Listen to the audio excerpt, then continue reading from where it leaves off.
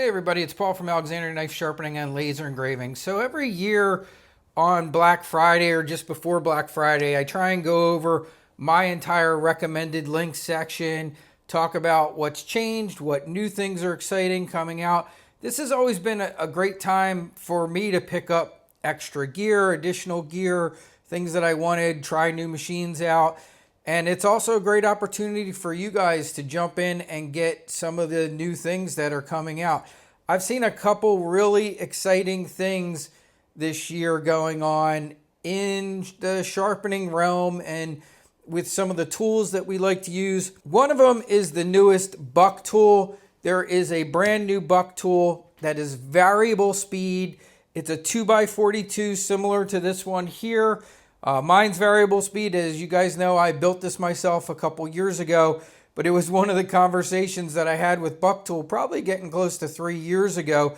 And they now just came out with almost exactly a version of kind of what I built here without the big giant motor in the middle, because it was built with a brushless variable speed motor.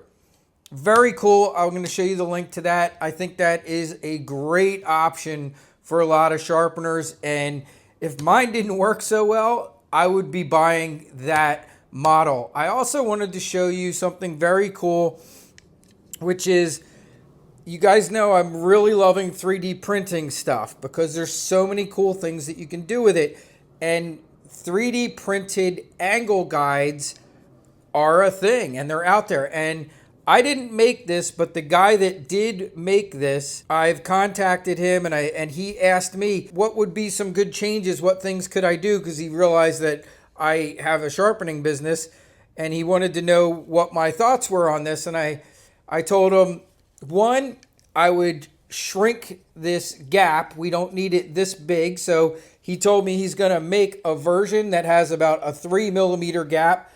We only need it as wide as the widest piece of abrasive that we would put under there. So I asked him, yeah, could you shrink this down? The other thing I said was we could use a couple more versions. So this is a 15-degree angle one.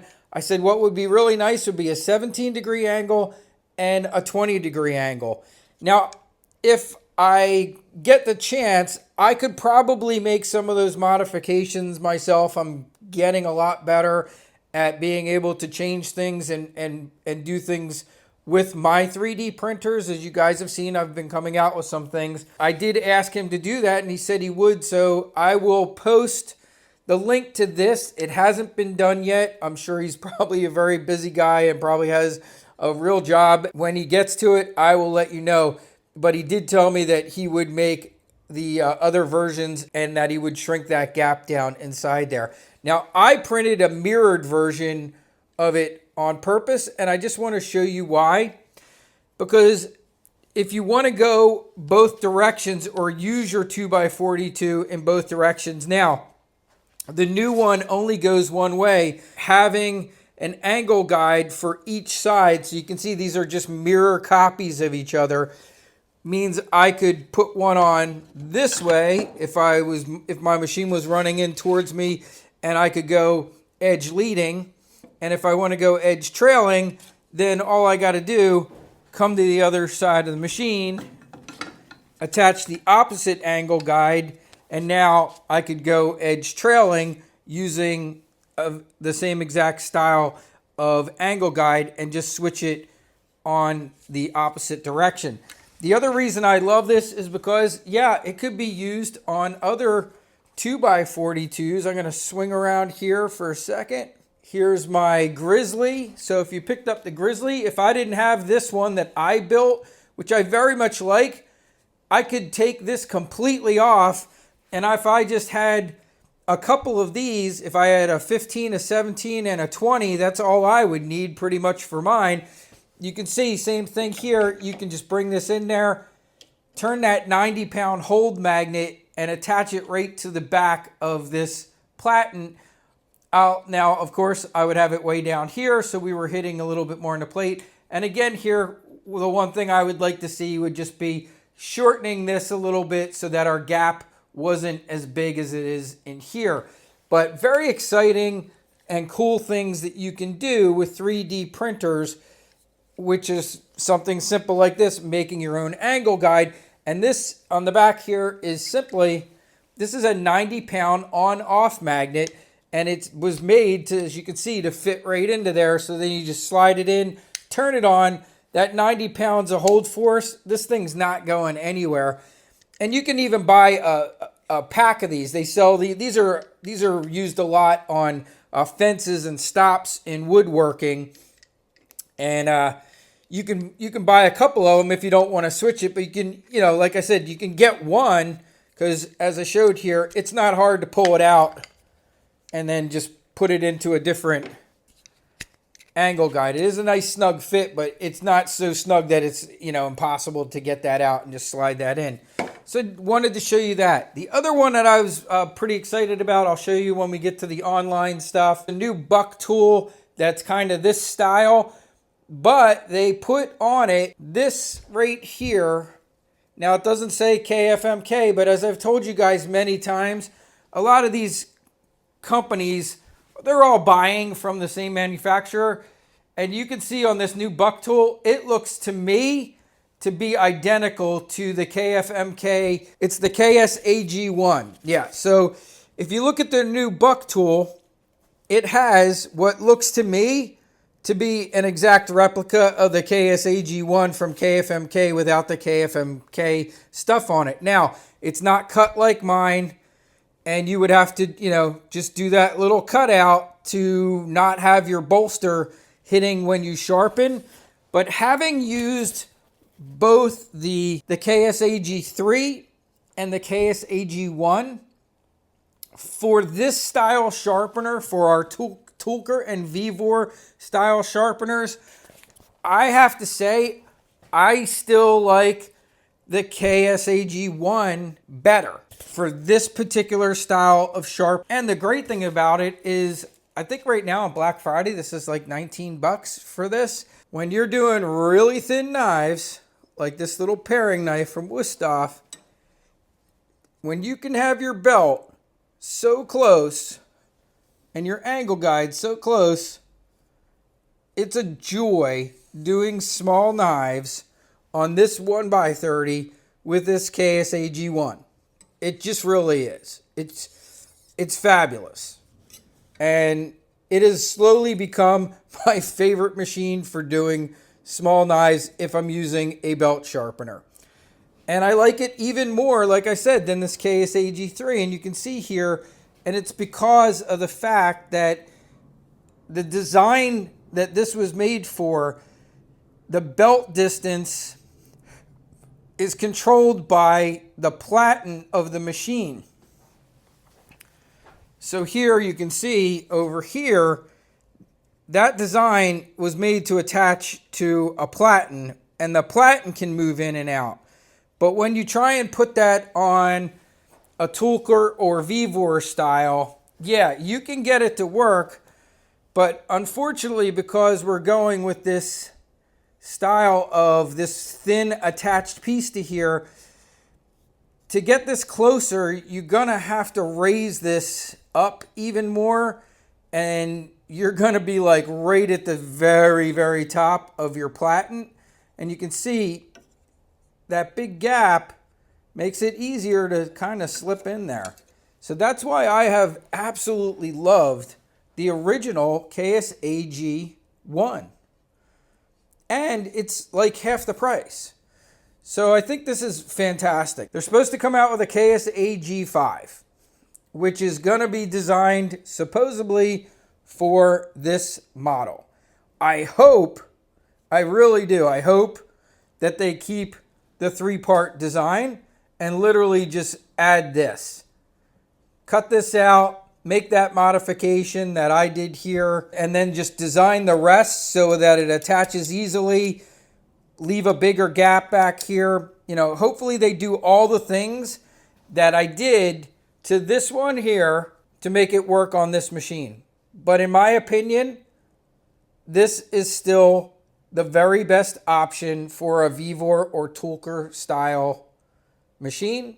This is nice. I think they just kind of threw some mods at it too quickly. That's my opinion.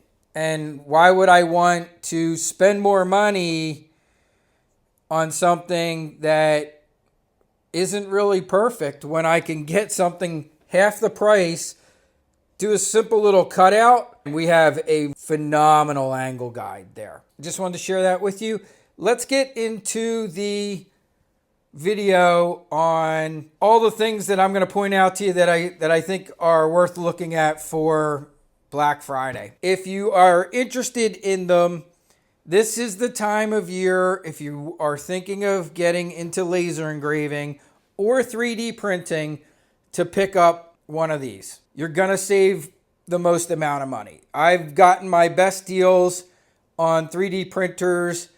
It's either been Prime Day, Black Friday, pretty much it, or unless somebody happened to be running a really big sale, but they tend to be Black Friday, Prime Day. I kind of look at it all the same now. What do we call it? Cyber Monday, Small Business Saturday. Like the whole month of November is basically Black Friday. And if you look, the half of the sales have already been going on for a week or two. It just gets longer and longer every year. What used to be one day is now the 3 days. Now it's almost turning into the whole month of November is Black Friday. Hey, that's good for us if we're sharpening and we're looking for deals on electronics and tools and different things. So let's get into the links page. I'll show you that, and I'll go over, some of the updates and things that I saw there, because my recommendations are changing from what I would have recommended in the past, because we have new items, and I don't want to see you guys buy a 1x30 that, years ago might have taken a lot of work to convert and make a great sharpener, when we have some really nice options today that are practically done for you. All right, everybody, it's Paul from Alexandria Knife Sharpening and Laser Engraving. And about twice a year, I usually go through this. I go through my links on my website for all the things sharpener related that I use in my shop, that I recommend, that I've reviewed in the past, and try and update it, make sure it's all up to date. But I also usually tend to do this right around a couple of times. One is Black Friday, and the other time is usually Prime Days, because those are the best deals. We have some interesting things going on this year, because there has been some really nice changes in products and some things that are great for sharpeners. And I've had to change some of my recommendations, and I want to show you some of those things here today as we cruise through my link page here. All right, so we're going to start right up here at the top. I still love the Toolcker and Vevor style sharpeners. If you click this link, it brings you to a link full of a bunch of them. I keep one master page on my Amazon influencer page of all of them, because there's so many of them and they change all the time, but it's always good to look through there and look for the best deals if you're looking for this style. Now, basically, this is a knife maker's style machine that's been shrunken down to a 1x30. And the reason a lot of us like this is because we can sharpen on all different parts of it. We can sharpen on the top, on the bottom. It's got different attachments. It's got rubber wheels and lots of things you can do with this style machine in a much smaller size. And it's become great for sharpening and doing repairs and handle work and all kinds of stuff. It's a very versatile machine. Now, with that always comes the challenges of getting it tuned, getting them to run perfectly, dealing with tracking issues and different things that may come up. I have a ton of videos that have shown how I have fine-tuned these over the years.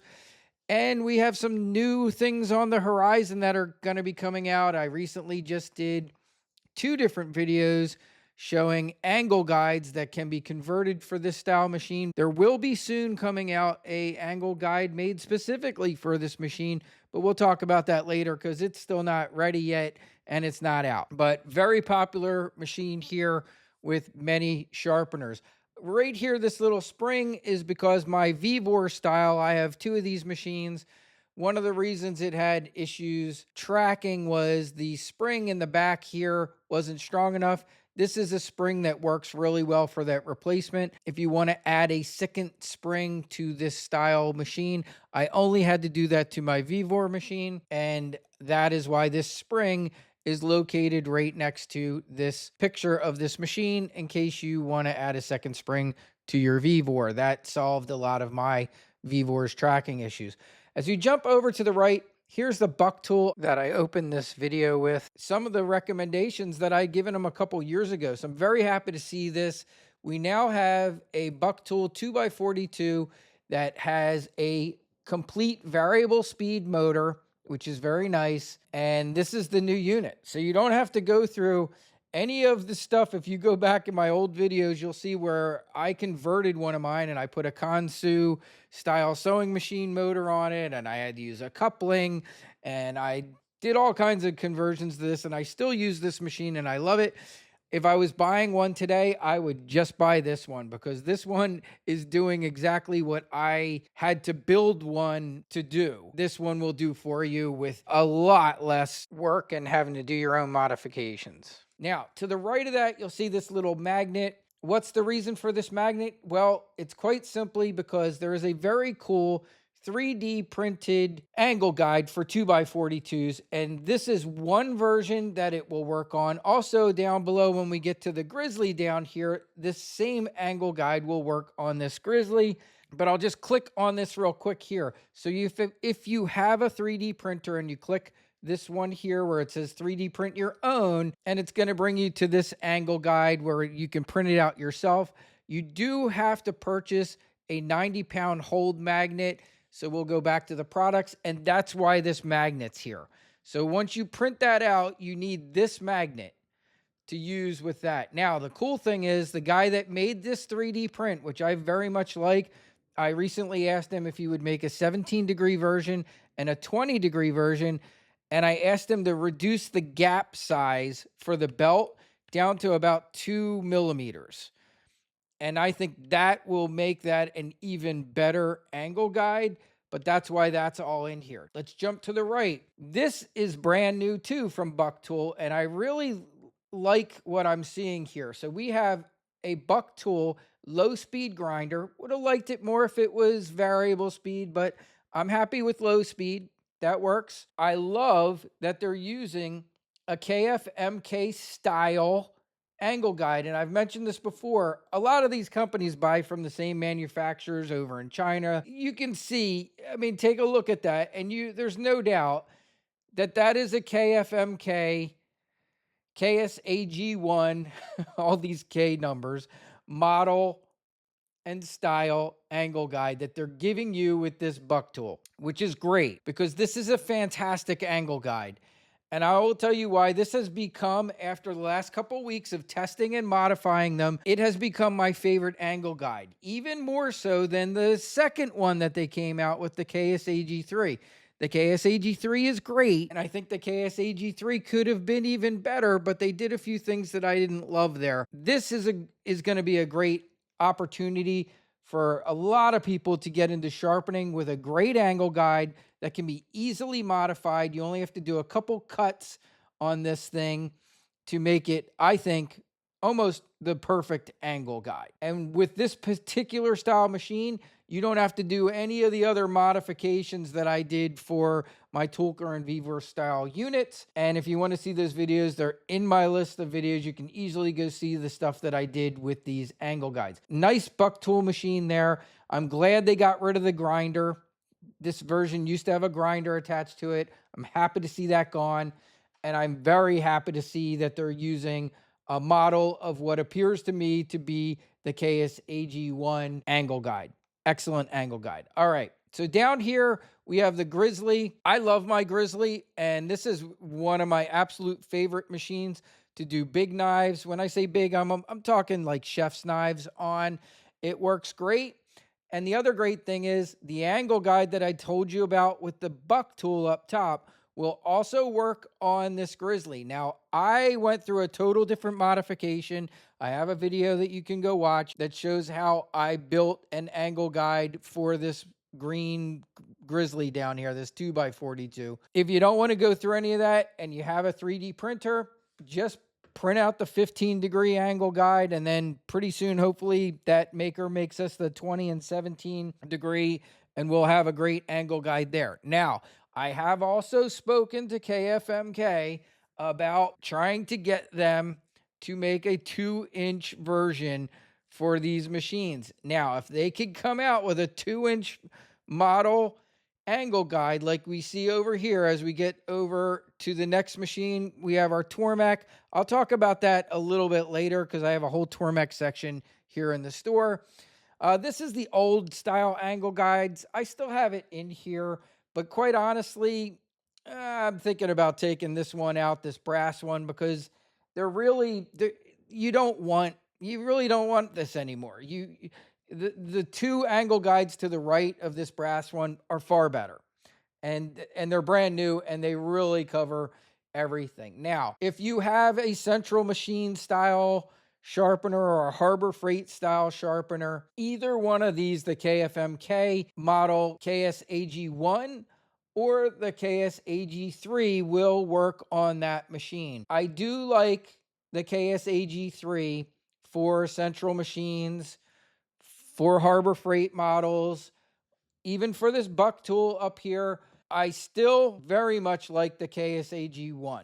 And I think if you cut away that portion that I show how to modify this in the video, I still think it's better than what you're getting with this one to the right, or the KSAG3. There's very good positives about this KSAG3. The one downside is controlling the distance to the belt with this is done with your original platen, which the one nice thing about the Model 1 is you can control your belt distance with this angle guide. It's a 3-part angle guide, and there is a adjustment piece in here where you can control the belt distance. The KSAG3 does not have that. It is a 2-piece angle guide, not something that I expected them to do. And unfortunately, I really only like this for style machine straight above, this BuckTool up here. I really still love the KSAG1 even more. And I think I'm going to put a KSAG1 on my Vevor and just cut that angle guide, because I bought a couple of them. And then, a week later, they came out with the KSAG3. So I got 2 of those. After using them for several weeks, I still like the KSAG1 more. You can let me know your thoughts in the comments. Maybe some of you like the KSAG3. They both work, no doubt. They both work really well. It's probably going to be more of a personal preference thing for a lot of people, and depending on how you sharpen in your setup too. So some people may very much like the KSAG3. It does have a very nice narrow angle guide. What's pictured here is the wide one, but you get 2 angle guides with that. You get a narrow one, and then you get this wide one. They're both very nice. And I did make 3D printed skins for those if you're interested in those and don't want to have to put tape on any of your angle guides anymore. One of the quick ways I like to set angle guides are these Wedge Tech angle guides. Rather than using a digital angle guide finder, a lot of times I like to just grab a wedge. Now, I have found the wedges work great on the KSAG1. They do not work as well on the KSAG3. Another thing that I realized over time that I didn't like as much. I like to use a digital angle guide if I'm going to set my KSAG3, but the KSAG1, these wedges are fantastic for doing quick angle settings. So that's why they're in here. It is a very quick and easy way to change the angle on your angle guide. As we move down here, now we have our Wolf Industries twice as sharp machine. Fantastic, best scissor sharpener machine out there. You can go to Wolf Industries also directly and take a look there. They have tons and tons of stuff, but they do sell on Amazon, and I have them listed in here. I have 2 of these machines. One is dedicated for barber and salon shears. The other one is pretty much everything else: kitchen shears, regular shears, and gardening gear. I do tons of gardening gear, pruners, hedgers, and I have lots of videos teaching how I use this machine to do those things. And then we're getting into the WorkSharp Ken Onion Elite. I still have this in here because a lot of guys love to sharpen with this. It's a great one for learning and training on. My only downside of this machine that I don't love about it is it only does edge trailing sharpening, and I am mostly an edge leading sharpener. That's my only bitch about the Ken Onion, but it is a fantastic machine to sharpen on. And if you love edge trailing, you might like these little machines. A lot of guys will use multiple ones of these when they start sharpening surfaces. Now we're getting into pro quality manual sharpeners. I've owned a Wicked Edge before for years, and I now own 3 TSPROFs. And TSPROF is my absolutely favorite manual sharpener. There is no better built, no more precise sharpener than a TSPROF. They are not inexpensive, but if you want the very best, and these are great if you are a knife collector, if you like to sharpen your own stuff, if you don't have a huge influx of customers and you have the time to manually sharpen, which some people love doing, then these machines are great. If you have a very big clientele base, you might find that this is not fast enough for you. Now, if you do use, like, let's say a 1x30 all the time, another area where this is great is if you want to get into doing expensive EDCs, it's very safe to sharpen on a TSPROF. You don't have to worry about a high-speed mistake that you can make on a 1x30 or a powered machine as much when you're using something like a TSPROF. So it's a great way to get into doing expensive EDCs. You'll get incredible results, and your odds of making a mistake or damaging someone's knife are significantly lower, I feel, on a pro quality manual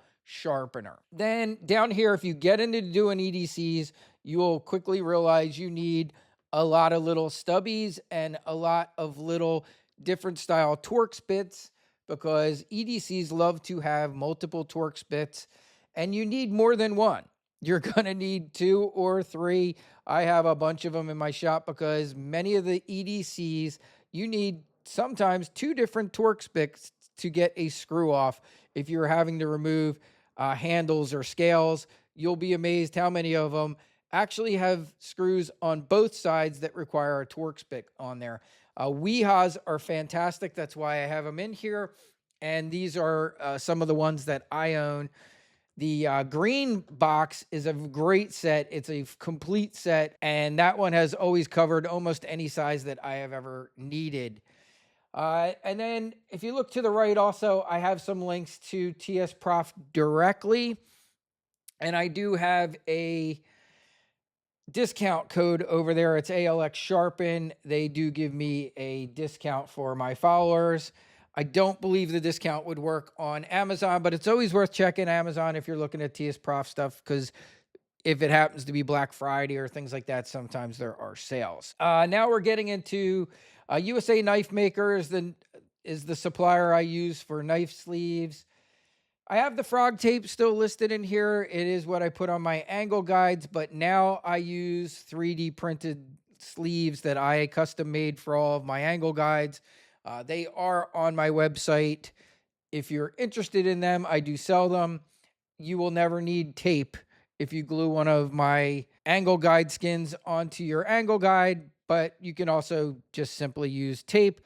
Frog tape, I always found, was the very best tape. And some people are like, well, what about just regular old no-name painter's tape? It doesn't work as well. And I've tested it many times, and almost everybody I ever said that to agreed with me. And if you can try it for yourself, if you don't want to bother with PLA and gluing something like I made onto mine, you can just use frog tape and change it out when it wears out. These are the boxes that I use. Plano boxes to keep all my jobs in and organized when customers drop off. All their stuff goes into a Plano box. I work on one box at a time, and I stack them up, and that's how I stay organized in my shop. I do have some belts in here, some Trizac belts and stuff like this. I highly recommend that you go buy your belts from Super Grit. Go to my website, I have great discounts for Super Grit. They give me 10% off. On Black Friday, if you spend $50 or more, they are giving free shipping. You know, I would say don't get belts here. Just go to Super Grit. I still have them in here. I should probably take that out. That's been in there for years. And then same thing, more Plano boxes. You can get them black, white, doesn't matter. But they are great for keeping jobs in. These are the lights that I put on my sharpeners. It does not hurt to have additional LED lights that you can position. It will help you see everything.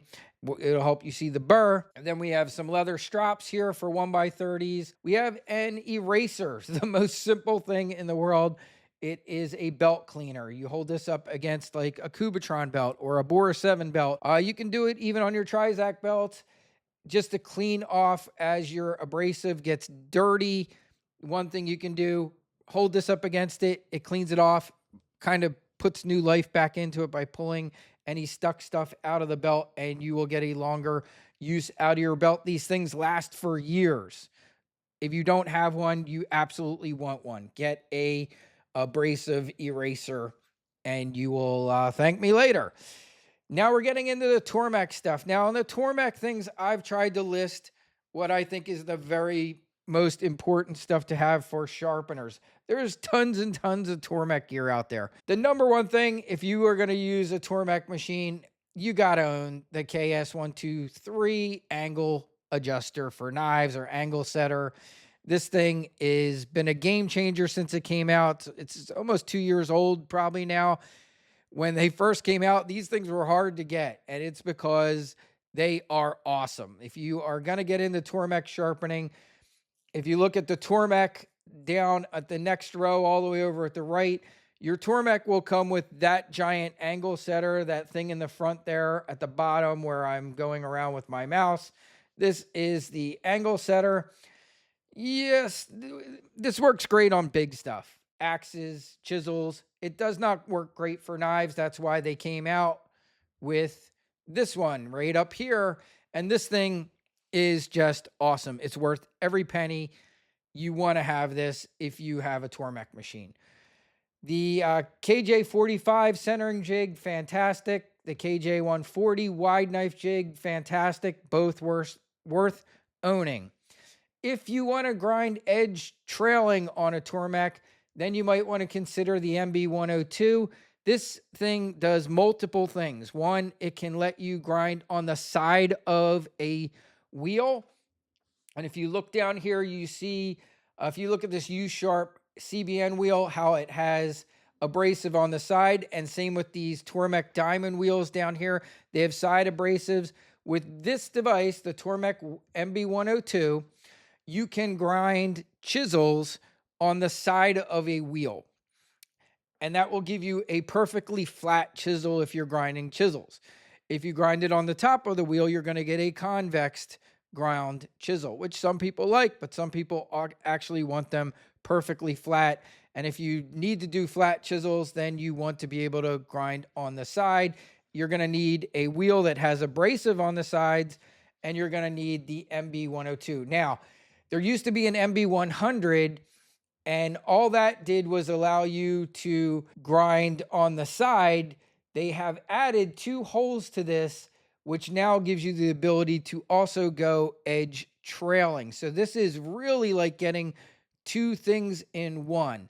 You will see people buying what they call front vertical bases for the TORMEK machine. The MB102 gives you 2 things in one. It gives you a front vertical base and the ability to grind on the side. That's why I still think that's worth buying, because you're getting 2 very useful things in one, as opposed to a front vertical base, which only lets you grind edge trailing. This is one of my favorite things here too, the TORMEK extended universal support. If you watch my videos, you'll see that that's pretty much all I use. I almost never use this one that you see over here that comes with it. I do have one set up just for the strop or the hone. TORMEK loves to call their leather wheel a hone, but I consider it a strop because it's leather. I almost never use this. I love the extended universal support. That's the only one that I like to use. And that's my personal preference. Some people might like the smaller one. I think this thing is fantastic.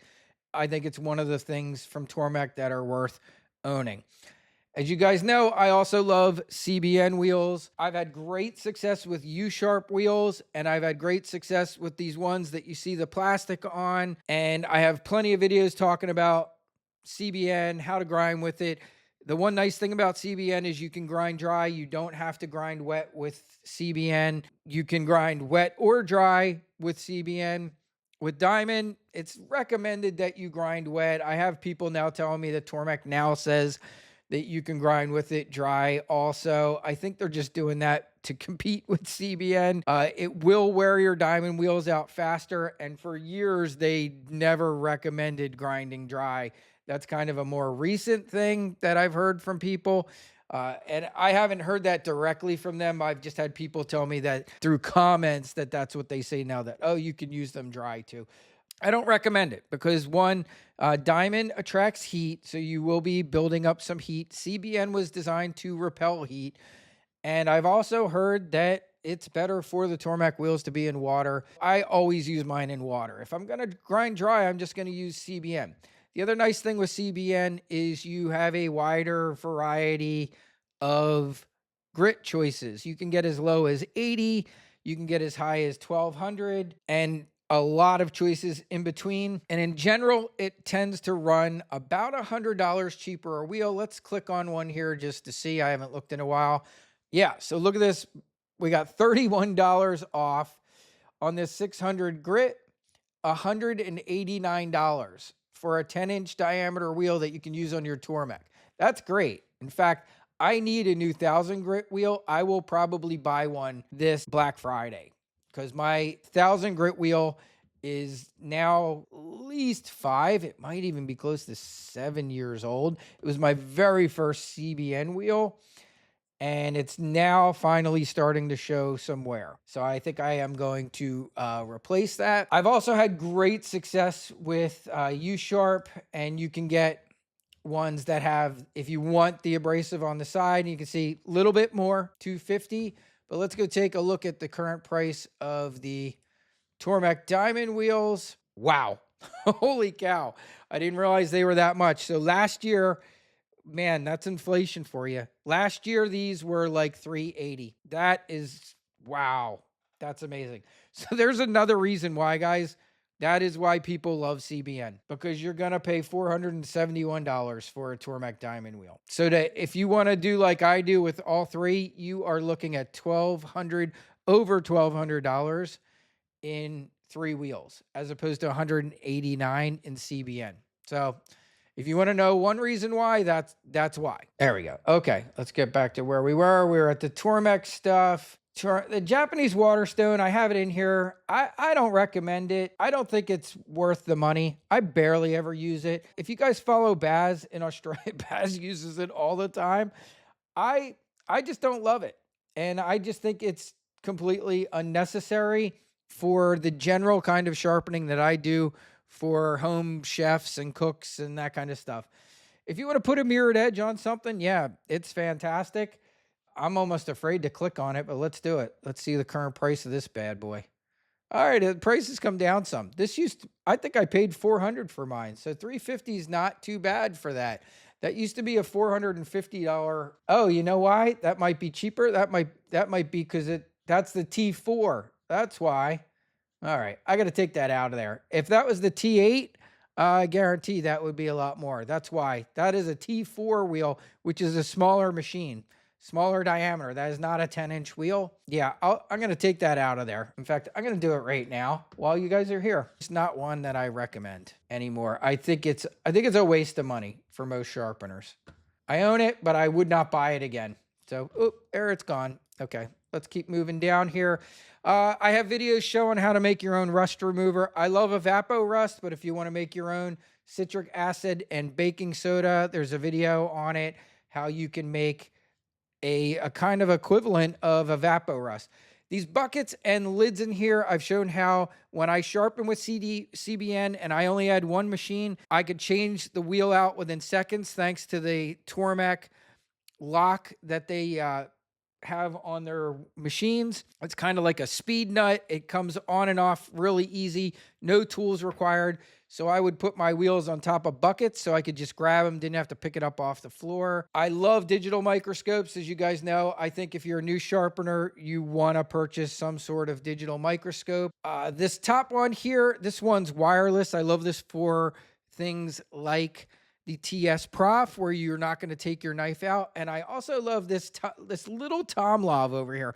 These things are only like 25, 30 bucks. Fantastic little digital magnifying glass. I use it a lot. And then I have several of these regular digital microscopes down here. I've always very much liked the GokaFix, the 7-inch GokaFix. So this very first one here is one of my favorites.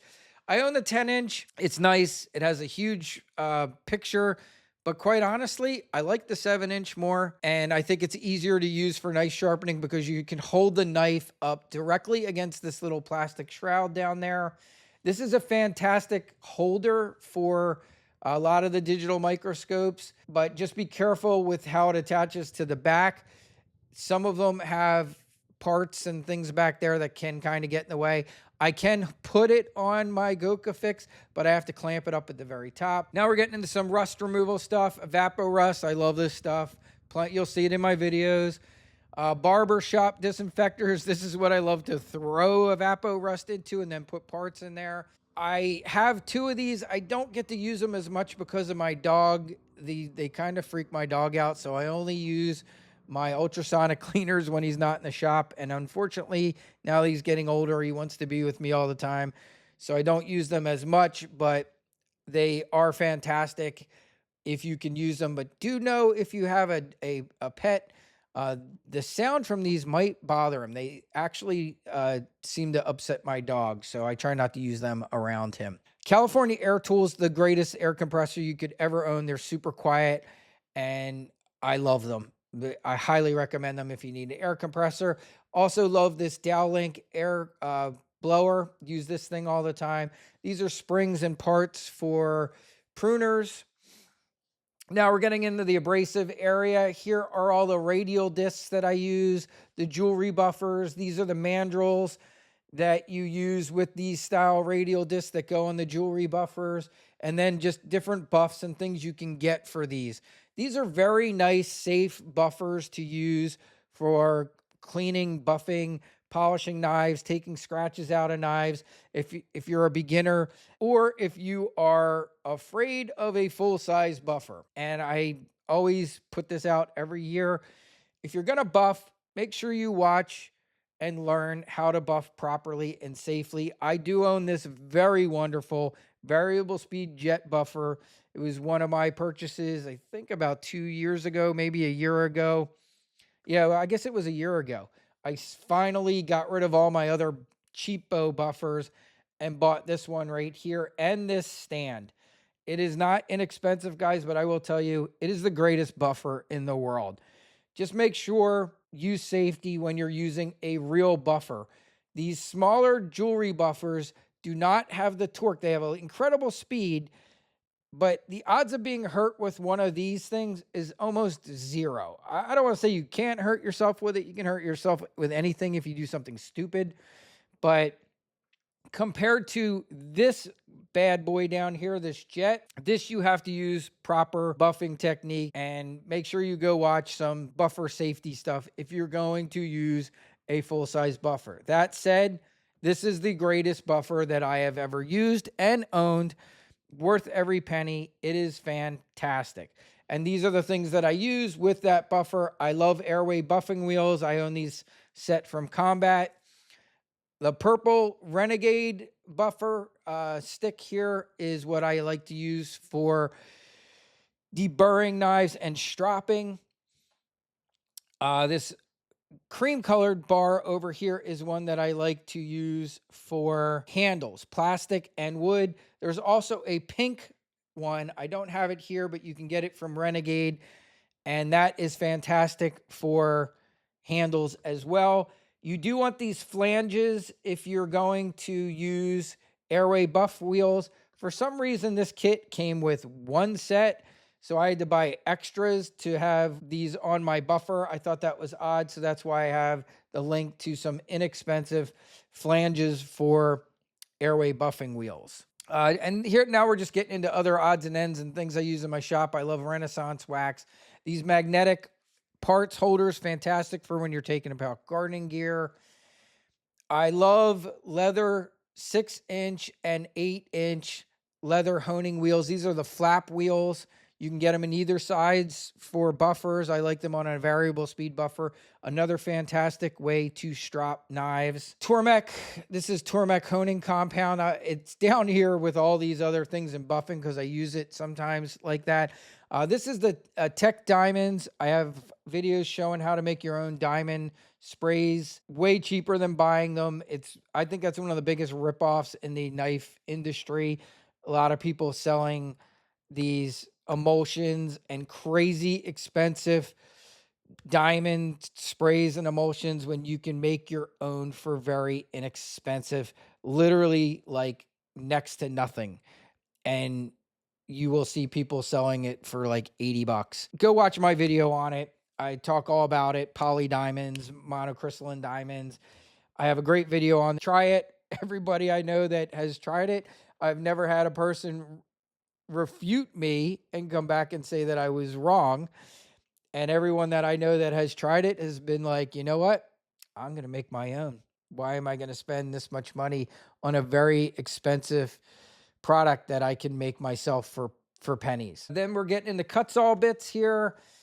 These are used on these style of Fordham tools, and you can get knockoffs for a lot cheaper and save a lot of money. If you want the very best, then you want a Fordham tool. I own 2 Fordham tools. These are fantastic if you're going to get into doing handle replacements. If you have to shape the wood for a handle, I love using a Fordham tool if I'm going to shape a handle out of wood. And these discs are great. The reason a Fordham tool is better than like a Dremel is because the amount of torque they have. They have an incredible amount of torque. All right, continuing down. This is just more stuff for polishing. Then I have a whole section in here for parts. If you want to get into doing handle repairs, you have rivets here. I do love these vacuum chambers. I have plenty of videos showing how I refurbish wood handles. You can get into that. Vlampers, great for taking things and stuck parts apart. Here's some Hone Right Gold, another product I use a lot when I have to hone. I also like using that with my TSPROF diamond stones. Not the alpha stones. With the alpha stones, I use Japanese knife oil, but with the regular diamond stones, I use Hone Right Gold. Tables, if you look in my videos, you'll see I use height adjustable table on my 1x30s. Since I'm working all day on these things, I don't like to have neck strain. And I also like to be able to suck the metal away, and that's why I have a downdraft table. And to run a downdraft table, you need a collector. And I have a Jet 1 horsepower collector like you see up here. This one has a 2-micron filter. I replaced mine with a higher filter. I have a 1-micron filter on mine to catch even more junk. And then I do have a Wen air cleaner in my shop. And we're just getting into some of the other things. This was the air conditioner I used in my first shop. Now I have a built-in mini split on the wall, but this was the air conditioner I used in my first 1-car garage shop. This is my air cleaner checker that I use a lot with my lasers. This is the mask I like to wear when I wear a mask. I do love this 3M drop-down mask. It's fantastic. I love a good apron.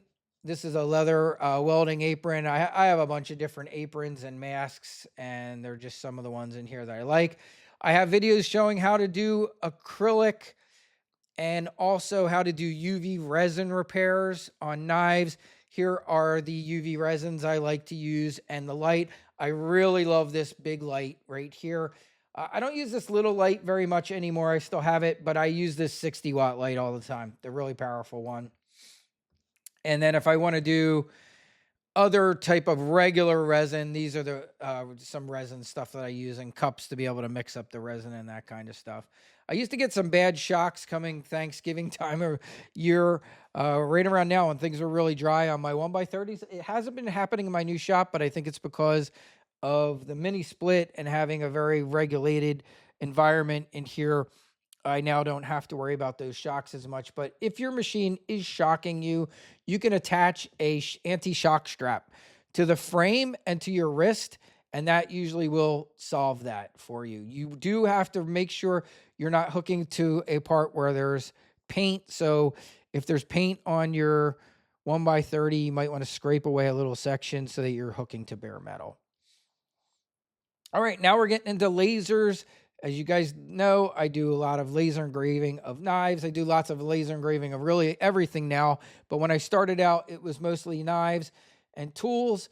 And this is my recommendation stuff for the lasers. I own this one right here. This is the 20-watt fiber F1 from X-Tool. Fantastic. This was my first fiber laser. They just came out with this 60-watt MOPA. It is not cheap, but it is fantastic. And with a 60-watt MOPA, now you are talking fast and powerful, and you can do a lot of stuff. I am getting a 60-watt MOPA from ComMarker, so that will be something I will be reviewing in December. And it's they have fantastic lasers too. They're the two companies that I like the most when it comes to lasers, and that's why you see them both listed here. I also own the X-Tool P3, their new flagship CO2 laser. That's the big giant one you see in my shop. The P2 is not bad too for a CO2, so that's why I have that listed here. I own two X-Tool S1s. They were my first bed style lasers. They are also fantastic if you're looking for a bed style laser. But for you knife engraving guys, if you're very serious about it, then I would look at the 20-watt fiber or the 60-watt fiber. Either one of those are fantastic for knife engravings. Now, if you want to get into doing coins and firearms and need speed, then you probably want to look at the 60-watt MOPA from X-Tool or one from ComMarker. You can save a lot more money buying a ComMarker laser. They do require the use of Lightburn, slightly more difficult software to use than X-Tool. The one reason everybody loves X-Tool is because this software is extremely user-friendly, but when it comes to laser engraving, the industry standard for many, many years is Lightburn software. I do recommend it for most people. It's worth learning to use Lightburn software. And it has capabilities that none of the other proprietary softwares that everyone else makes their own can do. It can do things that they just can't do. There are things that I can do with Lightburn software that I cannot do with X-Tool. As X-Tool grows and keeps expanding, and now they have X-Tool Studio, it's becoming less and less and less. They have just wonderful software that's very user-friendly, and they often add many of the features that you do see in Lightburn. And that's why you're seeing many more professional laser engraving shops and people using X-Tool stuff, because especially since they came out with this new P3 80-watt flagship laser, this thing is industrial quality, so they're definitely moving in that direction. The ComMarker lasers, I look at all these as being more of industrial, very well built units. I love my ComMarker lasers. I have the UV one here. They have a new UV, this ComMarker X 6-watt UV laser. Absolutely amazing. And it's one of their first enclosed lasers. So you can see it's kind of like the X-Tools with the enclosure. None of mine are enclosed. And I'm going to be getting a 60-watt MOPA soon, which will be like the one there on the far left, not enclosed. Enclosures don't really matter a whole lot to me in my shop, but if you have little kids around or people that will be running in and out of your shop, not a bad idea to necessarily have an enclosure. I don't have little kids, so I don't have to worry about that. Now, last but not least, here are probably what I would say would be my beginner lasers. I love everything X-Tool, so the X-Tool F1 is a fantastic laser. My buddy Jeff, who makes knives, he puts all his maker's marks on with an F1. It's a 2-watt IR laser. Yeah, it takes him a couple passes to get a nice deep engraving, but it works for him. You know, he's producing small batches of really beautifully made knives, and that is a fantastic laser. If Jeff was buying today or asking me today, it didn't exist at the time, I would have talked him into the We Create Lumos 3-watt. Again, a laser at a fantastic price, and it can do an even better engraving, in my opinion, than the X-Tool F1. A little bit deeper, a little bit darker, and it even has some color capabilities. It's a really amazing laser, and right now for Black Friday, this one's right around $1,000. So that's great. If you want to get started just doing knives, you can get the We Create Lumos and you will not be disappointed. And it is a fun laser. It's one that your family can have a lot of fun with too, because it can do all kinds of stuff. It can do metal. It also has a blue laser in there. So does the X-Tool F1. Both of those are dual lasers. So you're getting 2 laser technologies in one laser. And now to the right of this, I added 2 3D printers. I own this FlashForge M5 Pro, and I also put a Bambu Labs one in here. This is the A1. It's still a little bit of a style that's starting to go away, which are these, what they call bed slingers. You cannot go wrong with a Bambu Labs printer. I like to compare Bambu Labs to X-Tool. I think they're the X-Tool of 3D printing. So as easy as X-Tool machines are to use and as user-friendly as they are, Bambu Labs is that for 3D printing. Now, that said, I own a FlashForge, and its software is almost identical. The only thing I find with it, I use my FlashForge software, and I find it has a little bit more glitches in it than my Bambu Labs software, which has 0 glitches and always seems to work perfectly. It does work just fine. And it's again, one of those things that once you learn one, they kind of all work the same way. But Bambu Labs really has their stuff together. The machines, they just work, and they very rarely have print failures, and there's just lots of tons of great available files out there to use. And I can highly recommend really any Bambu Labs machine, and you can spend a lot on them or you can spend a little. And they have some great Black Friday prices on that A1. They had an enclosed machine. They had the P1. They already sold out. So I would have that in there, but that machine is already gone and already sold out for Black Friday. Unfortunately, for some reason, Bambu Labs doesn't carry a lot of 3D printers on Amazon. If you really want to see the wide range of what they have, go to their actual website. Go to bambulabs.com and look at their 3D printers. Now, if you want a really nice 3D printer that has worked fantastic for me and will definitely not break the bank, this FlashForge Adventurer 5M Pro has been great. And it has printed everything that I have thrown at it. And I have had 0 issues with it, and it works really well. So I have a very expensive Bambu Labs X1 Carbon, and then I have this FlashForge M5 Pro that was, $350 some. And they both work really well. So I can't complain about either of them. And then I'm not going to go through all this, but down here below is just more stuff for laser engraving. I will mention this. I absolutely love these flexible fixtures, which is these things with the little pins. You guys will see many videos of me doing knife engravings with the flexible fixtures. You do want to vent your lasers outside, in my opinion. They do sell in-house filters. It's always better to vent them outside. And I like to use these inline vent fans to vent mine outside, and that's why I have those pictured here. I really love this white one here that has the remote control, and that's the ones I've been buying lately, has been this white one.